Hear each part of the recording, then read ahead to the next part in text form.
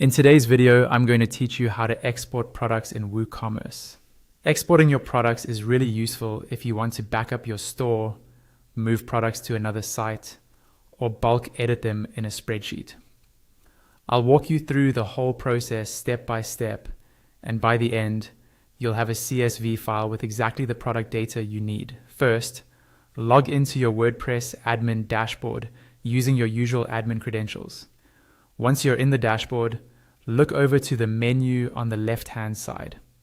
Find the option labeled Products. Hover your mouse over Products, and from the options that appear, click on All Products. This will open the main product list for your WooCommerce store. On this All Products page, you'll see a list of every product currently in your store. At the top left area of this list, you'll notice a button labeled Export. Go ahead and click that button. The page will reload and take you to the Export Settings screen, where you can decide exactly what information you want to include in your export file. You'll see a few different fields here. The first one lets you choose which columns should be exported. By default, it will say Export All Columns.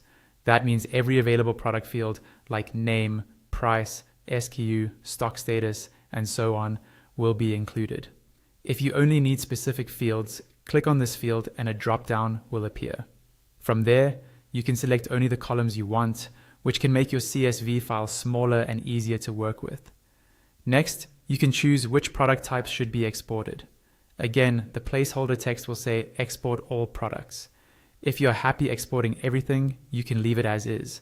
But if you only need certain types, such as simple products or variable products, click on the field and pick the types you want from the drop-down list.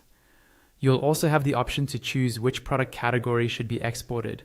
The default here is Export All Categories. If you only want products from a specific category, like clothing or accessories, click the field and choose that category from the drop-down.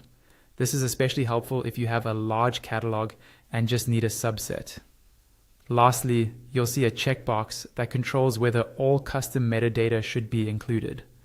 Custom meta are extra pieces of information added by themes or plugins. If you're not sure, it's usually safe to leave this checked so you don't miss anything important, but you can uncheck it if you want a cleaner, more basic export. Once you've set all your preferences, scroll down to the bottom right of the page and click the Generate CSV button. WooCommerce will prepare your file, and after a short moment, your product CSV will download to your computer.